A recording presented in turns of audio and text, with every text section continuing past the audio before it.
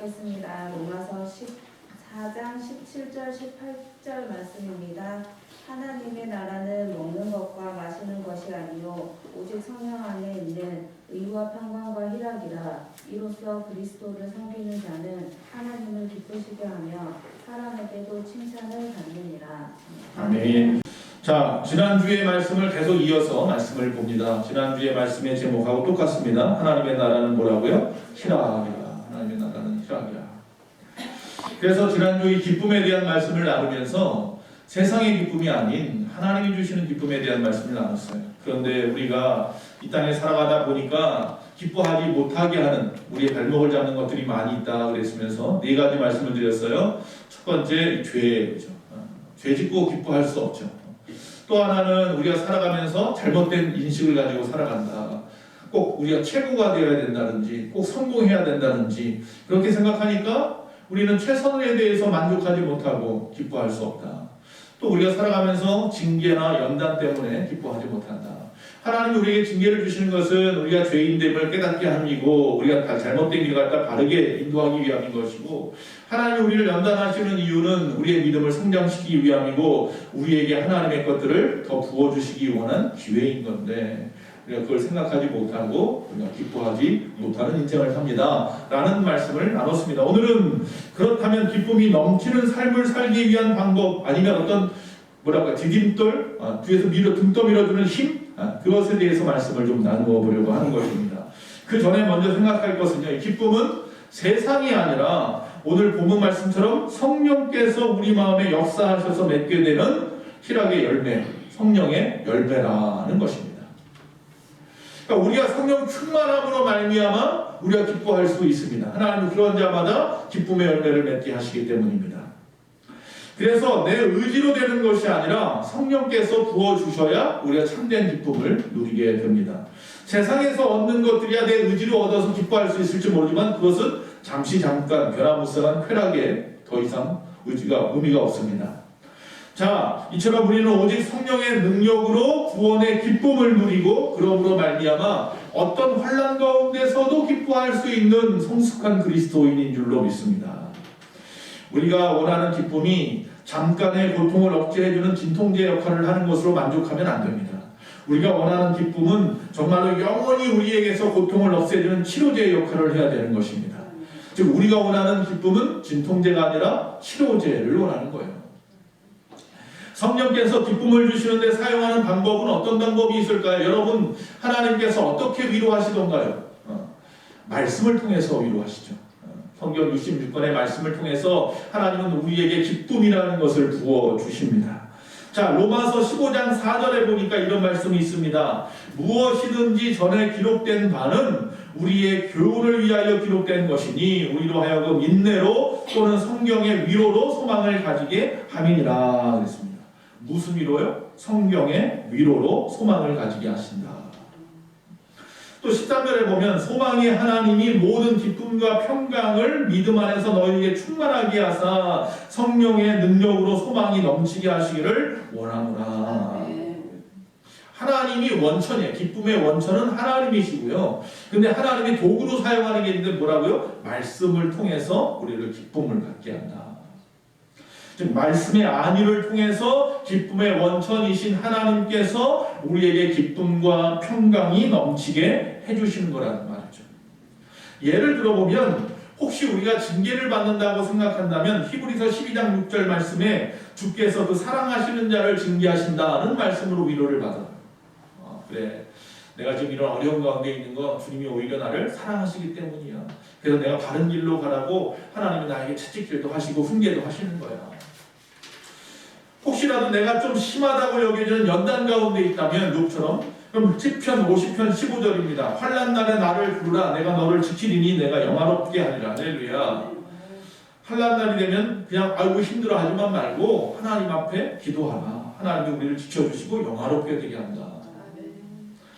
당장 내 앞에 미래가 암담해 보이십니까? 예레미야서 29장 11절입니다. 나 여호와가 말하노라. 너희를 향한 나의 생각은 내가 하나니 재앙이 아니라 곧 평안이요 너희 장래에 소망을 주려 하는 생각이라. 예수 믿는 분들 장래에 소망을 주려고 주님이 말씀하십니다. 힘들어하지 마십시오. 인내하시고 조금 더 주님 앞에 잠잠히 머무십시오. 요사이 저에게도 마찬가지로 큰 위로가 되는 말씀이 있습니다. 시편 138편 8절에 보면 이전 성경에는 이렇게 되어 있었어요. 저는 이전 성경으로 외웠었는데 지금 성경을 보니까 단어가 전혀 다른 단어가 있더라고요. 이전 성경에는 뭐라고 되어 있냐면 주께서 내게 관계된 것을 완전케 하실지라 이렇게 되어 있어요. 주님께서요 나의 관계된 모든 것을 어떻게 한다고요? 완전하게 하십니다. 하나님이 완전하신 하나님이거든요. 근데 요새 개역 성경에는 뭐라고 되어 있냐면 나를 위하여 보상해 주시리라 이렇게 되어 있더라고요. 뭐 별반 다르지 않은 이야기일 수 있지만 나를 완전케 하시는 것은 어떤 의미냐면 하나님을 믿는 자들에게 하나님이 주시는 보상이라. 네. 이 말씀은 결국 주께서 나를 위해서 세상 가운데서 갚아주신다 이런 말씀인 거죠. 자, 다윗 왕이 사울 왕을 피해서 불 속에 피해 있었습니다. 아직 왕이 되지 않았을 때. 자, 시편 57편 2절 그 불 속에 숨어 있으면서 뭐라고 하나님 앞에 기도하느냐 하면 내가 지극히 높으신 즉 지존하신 하나님께 부르짖으며 곧 나를 위하여 모든 것을 이루시는 하나님께로다. 할렐루야. 지금 내가 굴 안에 갇혀 있고요. 사울이 굴 바깥에서 막 자기를 찾고 있어요. 그런 상황인데 뭐라고 말씀합니까? 모든 것을 이루시는 하나님 나를 위하여. 할렐루야.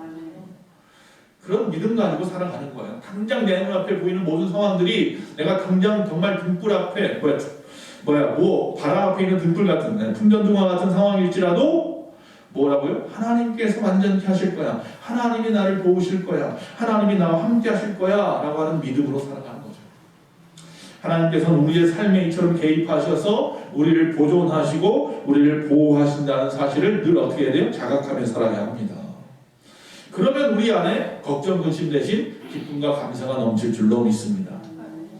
즉 그러나 좀 생각해 볼 것은 하나님 나를 완전히 하실 거야, 나를 도와주실 거야 라고 한다고 해서 즉 어떻게 나타나는 현상 때문에 감사라는 것은 절대로 아닙니다. 비록 지금의 모든 상황이 내가 원하는 내 뜻, 내 소원대로 이루어지지 않더라도 주님이 나와 함께 하시면 결국 합력하여 선을 이룰 것을 알기 때문에 감사하는 것이죠.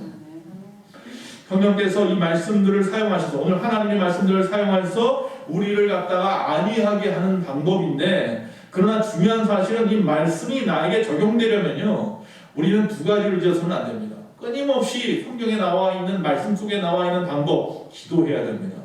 끊임없이 하나님의 말씀을 깊이 묵상하여야죠. 하나님의 말씀을 묵상하여 내 것으로 만들 때 그 말씀이 나에게서 효용이 있는 거예요. 내가 읽지도 않고 생각지도 않는 말씀이 나에게서 이루어지기를 기대하지 마세요. 말씀을 붙잡고 기도하십시오. 할렐루야. 말씀을 붙잡고 그 말씀의 뜻을 좀 더 깊이 생각하는 성숙하게 성찰할 줄 아는 우리 그리스도인들이기를 원합니다. 자, 그렇다고 해서 항상 어려울 때마다 말씀이 생각나서 위로가 되지는 않죠. 말씀으로 나에게 기쁨을 일으키기 위해서는 좀 생각해 볼 것이 있는데 그러나 나의 지금 상황을 보니까 나의 일상은 너무나 건조하고 활기 없고 무력하고 혹시 그렇게 여겨진 적이 있지 않습니까? 말씀을 읽고 싶지도 않을 때가 있지요. 그럴 때 억지로 말씀을 읽어가지고 내 삶에 대입하려고 한다고 해서 그 말씀이 내 삶에 대입되지도 않죠. 성경은 끊임없이 우리 안에 그래서 뭐라고 말씀하냐면 성령님이라고 합니다. 성령님의 방법대로 성령님이 원하시는 때에 적용되도록 우리는 믿음과 인내로 좀 기다릴 줄 알아야 됩니다.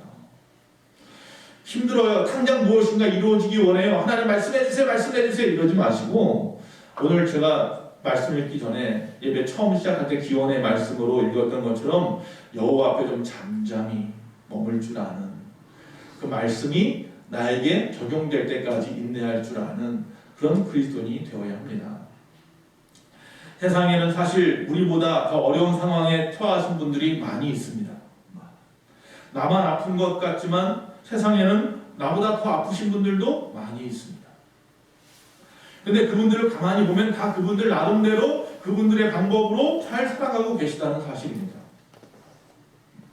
저와 여러분도 마찬가지입니다. 우리의 삶 안에서 감사하고 기뻐할 일들을 찾을 줄 알아야 돼요. 그런 지혜를 구하십시오. 자, 그럼 기뻐해야 할 이유가 무엇입니까? 우리의 기분이 좀 더 나아지려고 기뻐하는 것입니까?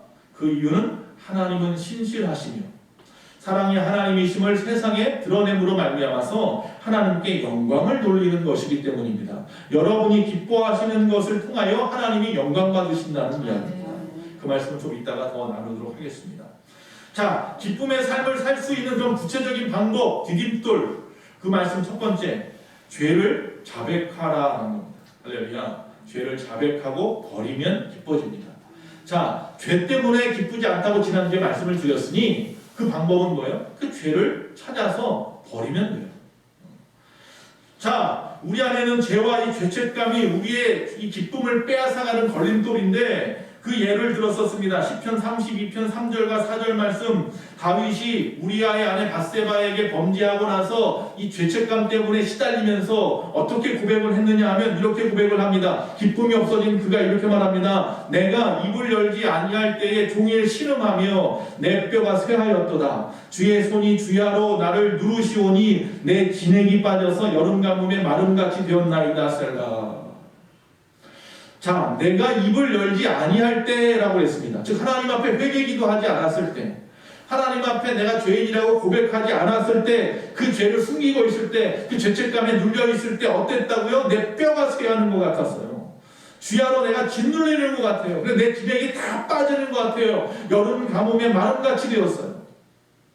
그런데요, 이 말씀 바로 그 다음에 그래서 내가 죄를 하나님을 자백했겠죠. 다윗이. 그랬더니 놀라운 변화가 일어났습니다. 5절에 곧바로 이어서 어떻게 되어 있냐면 내 허물을 여호와께 자복하라 하고 주께 내 죄를 아뢰고 내 죄악을 숨기지 아니하였더니 곧 주께서 내 죄악을 사하셨나이다. 6절에 보니까 이로 말미암아 모든 경건함을 얻는 자는 주를 만날 기회를 얻어서 주께 기도할지라 진실로 홍수가 범할지라도 그에게 미치지 못하리이다. 주는 나의 은신처이오니 환난에서 나를 보호하시고 구원의 노래로 나를 부르시리이다. 악인에게는 많은 슬픔이 있으나 여호와를 신뢰하는 자에게는 인자하심이 두루리로다. 결국 11절에 가서 너희 의인들아 여호와를 기뻐하고 즐거워할지어다. 마음이 정직한 너희들아 다 즐거이 외칠지어다. 할렐루야.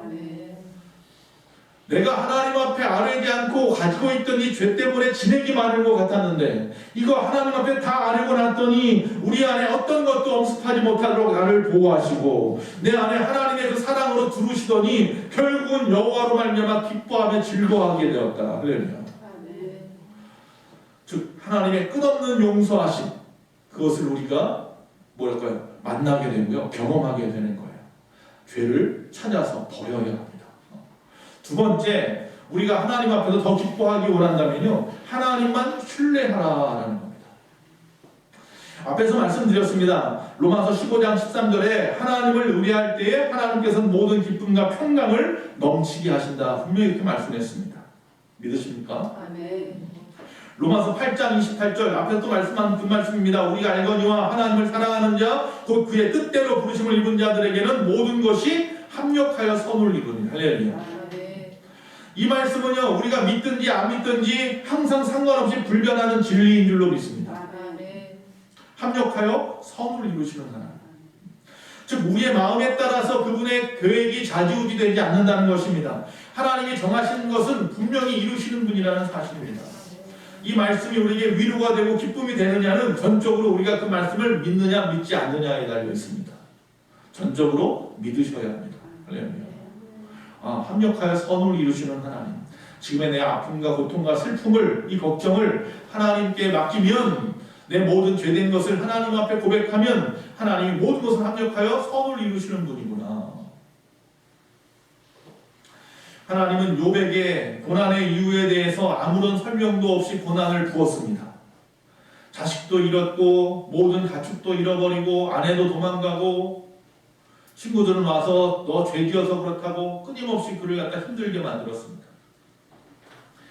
자, 혹시 여러분도 그런 고난이 있습니까? 내가 왜 이런 아픔을 당하는지, 내가 왜 내가 무슨 죄를 지었길래 이런 어려움을 당하는지 하는 걱정 가운데 있다면 지금까지의 관계를 믿는 그 믿음의 신뢰를 하나님 앞에 보여드릴 때인 겁니다. 욥은 이런 상황 가운데에서라도 하나님을 원망하지 아니하고 끝까지 나는 하나님을 믿습니다. 주신 분도 하나님이니 취하는 분도 하나님일로 믿습니다. 하나님께 다 맡겼습니다. 나는 오직 하나님만 찬양할 뿐입니다. 라고 고백했던 것처럼 지금 그 상황 속에서 그래도 내가 하나님을 믿는다고 하는, 하나님을 신뢰하고 의지한다고 하는 모습을 보여드리시기 바랍니다. 미국의 시카고에 스태포드라고 하는 변호사가 살았었습니다. 그분은 부유한 집이었죠. 근데 그분에겐 딸만 넷이 있었는데 아내가 그 딸들만 데리고 유럽으로 여행을 갔어요. 그런데 그만 하구호라고 하는 그 여객선이 침몰을 했어요. 그래서 그 사건을 통해서 226명이 익사해서 죽게 되었는데 그 중에 4딸도 다 죽었어요.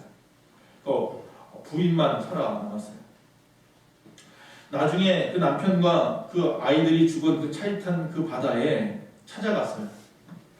그리고 나서 엉엉 울면서 남편이 막 부르짖습니다. 딸 이름을 막 부르짖습니다. 그러자 그 아내가 옆에서 이야기합니다. 여보, 딸들은 더 좋은 곳에 갔어요. 나중에 다시 만날 걸 알잖아요. 그 말에 위로가 되어서 돌아왔습니다. 돌아오는 길에 쓴 시가 있습니다. 그가 이렇게 시를 썼습니다. 내 평생에 가는 길 순탄하여 늘 잔잔한 강 같든지 큰 풍파로 무섭고 어렵든지 나의 영혼은 늘 편하다. 내 영혼 평안해. 내 영혼 평안해. 찬송가 413장이죠. 수많은 사람들이 지금도 이 찬송을 부르면서 위로를 얻습니다. 하나님은 지금 욥처럼 여러분이 당하는 그 고난에 대해서 아무런 이유도 설명해 주시지 않을지도 모르겠습니다. 그러나 주님은 나를 믿는 믿음으로 합력한 선을 이루는 것을 신뢰하고 인내하고 너희는 그저 도리어 기뻐하라 라고 말씀하고 있다는 사실입니다. 도리어 나의 상황이 안타까워하는 그 마음으로 살지 말고 너희가 기뻐함으로 말미암아 도리어 너희의 모든 상황과 같이 안타까운 상황에 있는 모든 사람들이 너로 말미암아 위로함도 얻고 너로 말미암아 하나님 앞에 영광도 돌리게 하라 라고 말씀하고 있는 것이죠.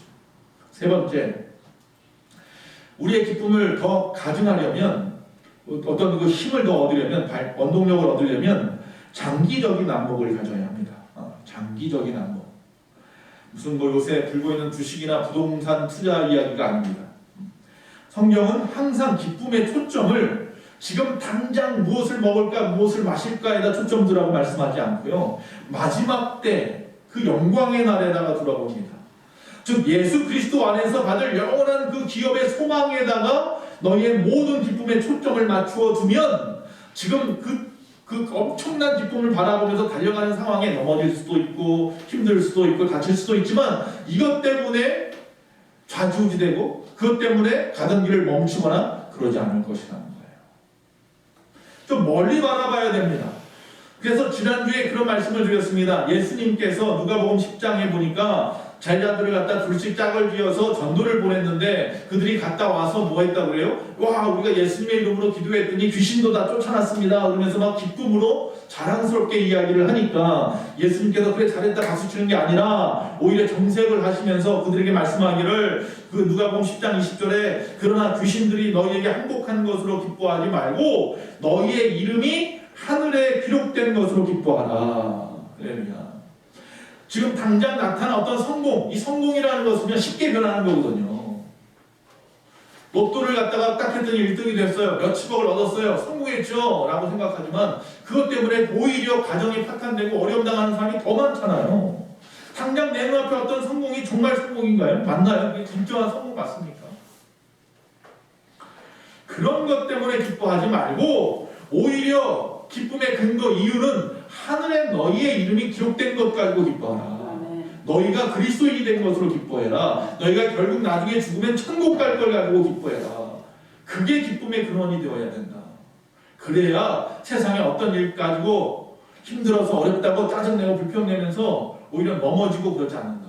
물론 짜증도 날 때 있죠. 짜증 날고 싶은데 짜증 억지 내지 말라는 그런 얘기는 아니에요. 짜증 날 땐 짜증도 내십시오. 하나, 그것이 우리의 삶의 방해가 되면 안 되는 거예요. 내가 하나님을 향하여 나아가는 인생에 그것이 방해 요건이 되어서는 안 되죠. 영원한 것, 우리의 이름이 하늘에 기록된 것으로 기뻐하시기 바랍니다. 당장 눈앞의 어려움에 불평하지 말고 앞으로 벌어질 하나님의 계획하심을 기대하라는 거예요. 어떤 분이요, 자동차를 갖다가 비싼 차를 하나 사서 멋있게 몰고 다니다가 집에 들어오려고 하는데 기름이 떨어졌어요. 막 짜증이 났어요. 그래서 집 앞에 겨우겨우 끌고 와가지고 태워놨어요. 아침에 나가서 휘발유를 넣으려. 그 다음날 보니까 차가 없어요. 집 앞에까지 끌고 와서 근처까지 세워놨는데 거기 가봤더니 차가 없는 거예요. 나중에 보니까 한 100m쯤 더 간 곳에 차가 있더라는 거예요. 문이 활짝 열린 채로. 보니까 도둑이 차를 갖다 훔쳐가지고 도망가려고 하다가 기름이 없어가지고 결국 내버리고 간 거예요. 그 오히려 기름 없는 것을 감사했더라라는 얘기죠. 당장 일어나는 일 때문에 불평스러워하지 마십시오. 이것을 통하여 하나님이 나에게 무엇을 말씀하실지 몰라요. 어떤 하나님의 놀라운 위대하신 뜻이 결국 합력할 선을 이루시는 주님의 그 뜻을 발견하게 될지도 몰라요. 지금 당하는 어떤 고난, 고통, 이것과는 좋게 비교할 수가 없는 영원한 산업, 그 소망을 주시는 유일하신 하나님, 그분으로 기뻐하시기 바랍니다. 예수님이 바로 우리에게 본이시죠. 십자가의 죽으심이 그거잖아요.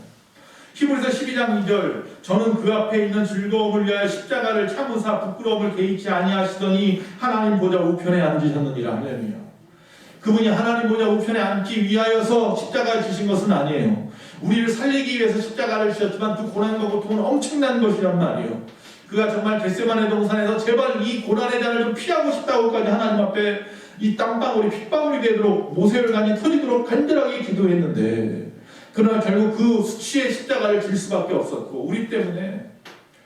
그러나 그 고난 고통을 갖다가 피하지 않고 끝까지 진 이유는, 그러나 결국 하나님이 승리하실 것이고 자기는 부활하실 것이고 그의 영광의 하늘에 다시 올라갈 것을 알고 계시기 때문인 거죠.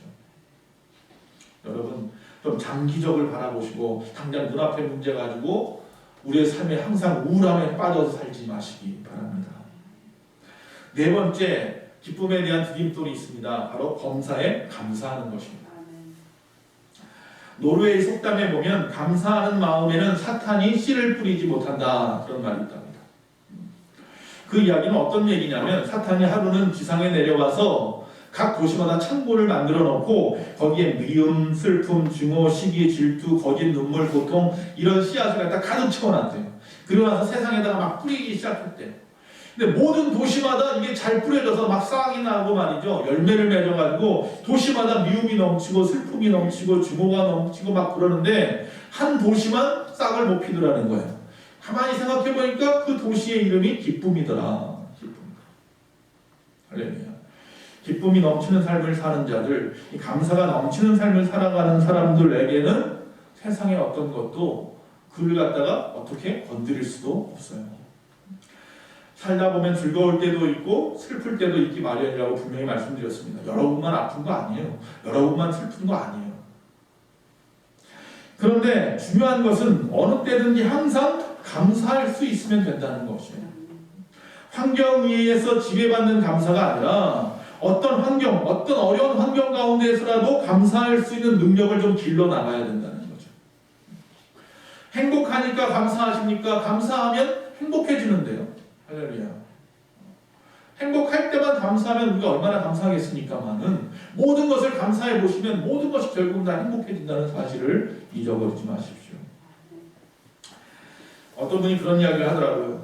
자기는 슬픈 일이나 짜증나는 일이 없대요. 짜증나는 일이 벌어지면 속으로 묻기 바란대요. 참 웃긴 일도 다 있네. 참 웃긴 일도 다 있네 이래버리고 나면 그 일이 별로 그렇게 중요하게 여겨지지 않더라는 거예요. 만약에 차를 가지고 가려다 사고가 꽉 났어요. 그럼 짜증나잖아요. 아, 돈 들어갈 거 생각해야지, 뭐 여러 가지 막 생각하면 짜증나죠. 근데 그때 어떤 일 어떻게 생각하는 거예요? 참 웃긴 일도 다 있네. 이러고 말 한마디 하고 나서 그 다음 일을 처리한다 보면 짜증이 없어지더라는 거예요.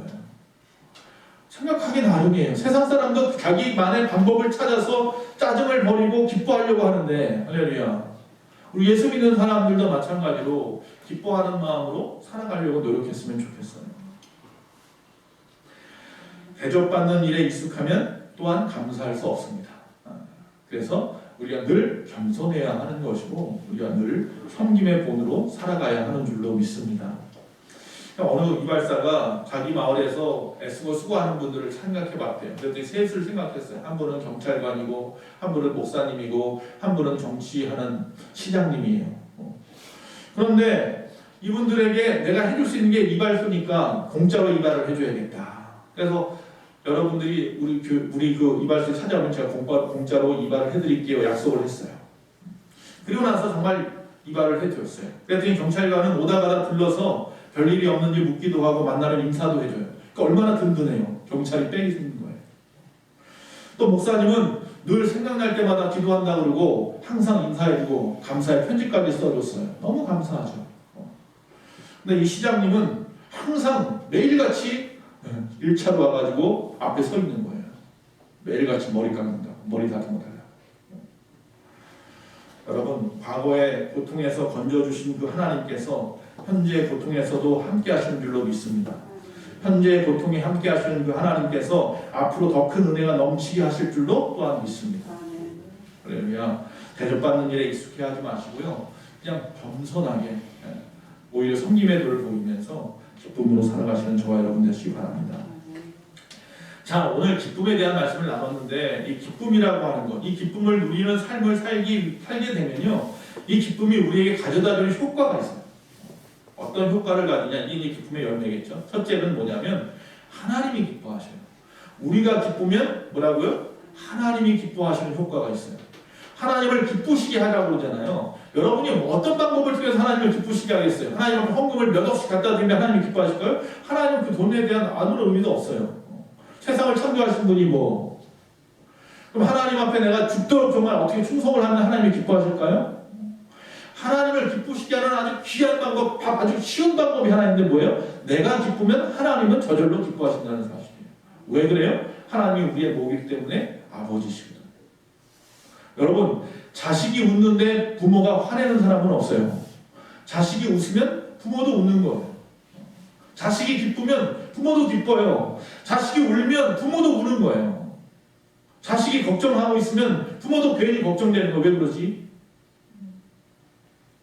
로마서 14장 18절에 오늘 본문 말씀 아니에요? 이로써 그리스도를 섬기는 자는 하나님께 기뻐하심을 받으며 사람에게도 칭찬을 받느니라. 할렐루야. 아무리 힘들어도 잘 참아내고 꿋꿋이 이겨나가는 모습을 보이면 그 부모 마음이 기쁜 거예요. 스스로의 삶을 개척해 나가면서 항상 우는 모습으로 살아가는 자식을 보면 그 아비의 마음이 기쁜 거예요. 지금 하늘 아버지께서는요, 여러분의 삶의 모습과 그 표정을 보고 계시는 거예요. 오늘 이 예배 시간에 나와 있는 여러분의 그 표정을 보시면서 하나님이 기쁘실 수도 있고 걱정할 수도 있단 말이에요. 우리가 주 안에서 항상 기뻐해야 되는 근본 이유가 또 여기에 있는 거죠. 두 번째, 기쁨의 효과는 뭐냐면 신체적으로나 정신적으로나 영적으로나 강건해진다라는 것입니다. 기뻐하면. 느헤미야가 자기 민족을 데리고 바벨론 포로에서 3차로 귀환을 했죠. 그때 많은 사람들이 왔어요. 와서 보니까 참담한 거예요, 상황이. 예루살렘 성을 보니까 성벽도 제대로 서 있지 않고 초라하고 말이죠. 야, 여기서 어떻게 다시 뭘 재건해서 어떻게 살아가지? 마치 그 6.25나 이런 전쟁이 끝나고 나서 다시 재건하려고 할 때 사람들의 마음이겠죠. 아, 이 암울함, 이 참담함, 이거 어떡하지? 그러고 있을 때 느헤미야서 8장 10절에 뭐라고 말하냐면 근심하지 마라. 여호와를 기뻐하는 것이 너희의 힘이니라. 기뻐하라. 그럼 뭐가 난다고요? 힘이 생깁니다. 우리의 육신의 약함이나 무감각, 이 질병들이요, 얼마나 우리를 우울한 태도에 빠지게 만듭니까? 반대로 말하면 우리의 우울함 때문에 우리의 육신이 약하고 무감각하고 질병들이 생길 수도 있고요. 우리가 운동을 하더라도 기쁨으로 즐기면서 하는 운동과 억지로 하는 운동의 결과는 전혀 다르다는 거죠. 억지로 1시간 운동하느니 마음껏 10분을 웃으라고 말을 합니다. 이 웃음은 우리의 내장, 내분비, 소화계 등에 큰 효과가 있다고 합니다. 옥스퍼드 대학의 의대에서 조사한 결과에 보면요, 어린아이가 태어나서 어린 나이에 있는 아이들이 평균 하루에 400번에서 500번 웃는데요. 까르르 하면서 계속 웃는다는 거예요. 울기도 많이 하지만. 그런데 이 어른이 되면, 장년이 되면 기껏해야 15번에서 20번 정도 하루 웃는다는 거예요. 그것도 아주 크게 웃는 게 아니라 피식 웃는다는 거예요. 그래서 그분들이 이야기하는 건 뭐냐면, 인간은 태어나서 이 성장하잖아요. 자라게 하는 원동력이 웃음에 있다. 그래서 사람들은 웃으면서 성장하고요, 사람들은 웃음을 잃어가면서 노화한다는 거예요. 여러분들이 노화를 갖다가 좀 빨리 오지 않기 위해서 노력하시려면 어떻게 해요? 웃으십시오. 웃을 일이 없더라도 웃으십시오. 하다못해 TV 틀어놓고 코미디 하는 거라도 보면서 억지로라도 웃으십시오. 노만 빈센트 필이라고 하는 박사님이 있어요. 그분이 쓸데없는 걱정이라는 책에 보면 이 5가지를 물론 이분에 대한 뭐 평가가 있는데 그 평가는 제가 하지 않겠습니다. 뭐 뉴에이지 사상을 가져왔느니 어쩌느니 막 말이 많은데 어쨌든 간에 그분 이야기가 보면 사람이 걱정하는 것 중에는요 몇 가지로 구분이 돼요. 첫 번째는 절대 일어나지 않는 일이 40%. 여러분 살아가면서 걱정할 일들이 있잖아요. 그 중에 40%는 일어나지도 않아요. 근데 괜히 벌써 걱정하고 있는 것. 또 하나는 이미 일어난 일, 어떻게 할 수도 없어. 이미 일어나 버렸는데 그거 걱정하고 있는 게 30%. 자, 70%. 그 다음에 별로 큰 문제도 일어나지 않을 일들을 가지고 크게 생각하는 것. 이게 22%. 그 다음에 어쩔 수 없는 일. 내일 비 오면 안 되는데 내가 마음대로 안 되는 거잖아요. 그건 하나님만 하시는 일이잖아요. 이런 어쩔 수 없는 일을 걱정하는 게 4%. 또 우리가 정말로 해결해야 되는데 해결할 수 없는 일, 진짜 걱정, 이거는 4%. 그러니까 우리가 평생 걱정하는 것 중에 96%는 쓸데없는 걱정이고요. 정말 걱정은 4%도 안 된다는 거예요. 선택은 우리에게 달렸습니다. 우리가 기쁨을 누리는 참된 그리스도인이 되든지 기쁨을 잃어버린 그리스도인이 되든지 우리가 지겹고 우울한 가운데 항상 불만이 가득한 가운데 삶을 살아가든지 아니면 우리가 하늘나라 생명책에 내 이름이 기록된 것 영원한 기업에 대한 소망으로 살아감으로 말미암아 어떤 상황 가운데서라도 기뻐하며 살아가든지 선택은 누구에게 달렸다? 나에게 달렸어요. 우리에게 하나님이 그걸 선택할 수 있도록 자유의지를 주셨죠. 기쁨이 없는 삶은 하나님을 절대로 영화롭게 할 수 없습니다. 우리가 기쁘면 하나님이 기쁜 것처럼 우리가 슬프면 하나님도 슬프거든요. 하나님을 믿는다면서 얼굴 표정이 왜 그래? 혹시 그런 말씀 들어봤습니까? 혹시 그런 분들이 있다면 오늘부터 그 얼굴 표정을 저부터 시작해서 좀 바꾸어 나가야 합니다. 이는 그분이 우리를 사랑하시는 것, 우리의 삶을 주관하신다는 것을 부인하는 것이기 때문입니다. 지난주 말씀드렸죠. 우리 얼굴에 웃음이 없으면, 기쁨이 없으면 그것은 무신론자다. 예수 믿는 사람이 아닐 거야. 혹시 지금 상황 어렵죠? 힘들죠? 그럼에도 불구하고 우리가 기뻐한다는 것을 세상 사람들이 알게 하셔야 합니다. 야, 코로나19로 어려운 이 상황 속에서 그래도 교회 가니까 기뻐할 일들이 있더라. 할렐루야. 교회 가니까 그나마 나를 위로하더라. 교회 가니까 소망이 좀 생기더라. 힘이 좀 생기더라. 할렐루야. 우리 안에서 역사하시는 그 능력, 하나님의 능력을 보여주는 방법입니다. 하나님께서 우리를 통치하신다는 것을 세상에 선포하는 방법이 우리가 기뻐하며 살아가는 것입니다. 남들이 알 수 없는 비밀, 저 사람들은 뭐가 그렇게 기쁘지? 할렐루야. 세상 사람들은 우리가 왜 기쁜지 몰라요. 우리는 구원으로 기쁩니다. 주님이 오늘도 이 어려운 가운데 나와 함께 하시니 기쁩니다. 기쁨이 바로 성령의 열매입니다. 우리가 성령으로 충만하면 기뻐질 수밖에 없습니다. 그래서 우리는 세상을 힘입어 기뻐하는 자인지 아니면 그분을 힘입어 기뻐하는 자인지 오늘 선택하십시오. 무엇을 먹든지 무엇을 마시든지 이걸로 기쁜 게 아니라 하나님의 나라를 바라보면서 그 안에서 의와 희락, 평강과 희락을 얻는 귀하고 복된 우리가 되기를 원합니다. 기도하겠습니다. 사랑의 아버지 하나님 감사합니다. 우리의 삶이 순탄하지 않습니다. 정말 풍파가 몰아칩니다.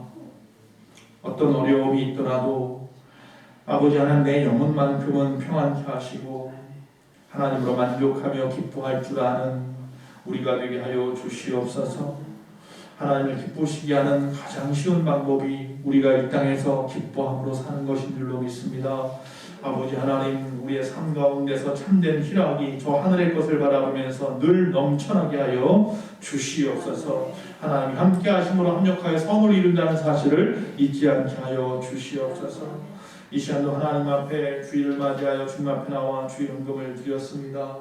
아버지 감사의 조건을 담아서 귀한 감사 헌금과 10의 1조를 드렸습니다. 부족한 정도에 취임하는 이 모든 노예 준비를 위하여서 귀한 헌금을 드린 또한 신령들이 계십니다. 하나님 이 모든 예물들이 그 아름다운 과정에 잘 사용되어지게 하여 주시고 하나님의 영광을 드러내게 하여 주시옵시고 그 바친 손길마다 하나님이 갚으실 때에는 저 하늘의 것으로 천만 배로 갚아 주시옵시기를 간절히 바랍니다. 아버지 건강에 어려움을 당하는 심령들마다 소망 잃지 아니하고 주님 붙잡게 하여 주시옵시고 주님이 위로하여 주시고 이 시간도 치료의 강선을 바라여 주시옵소서. 우리의 생업을 지켜 주시옵시고 우리의 자녀들과 함께하여 주시옵시기를 간절히 바랍니다. 한 주간에 우리의 삶 가운데 간섭하여 주시옵시고 하나님 영광 받아 주시옵소서. 지금은 우리 주 예수 그리스도의 그 크신 은혜와 우리 하나님 아버지의 그 무한하신 사랑과 성령님의 감화 감동 내주 교통하심이 주님 앞에 영광을 돌리며 예비한 모든 심령들 머리머리 위에 또 이 나라 민족과 온 세계 위에 지금부터 영원토록 함께 있을지어다.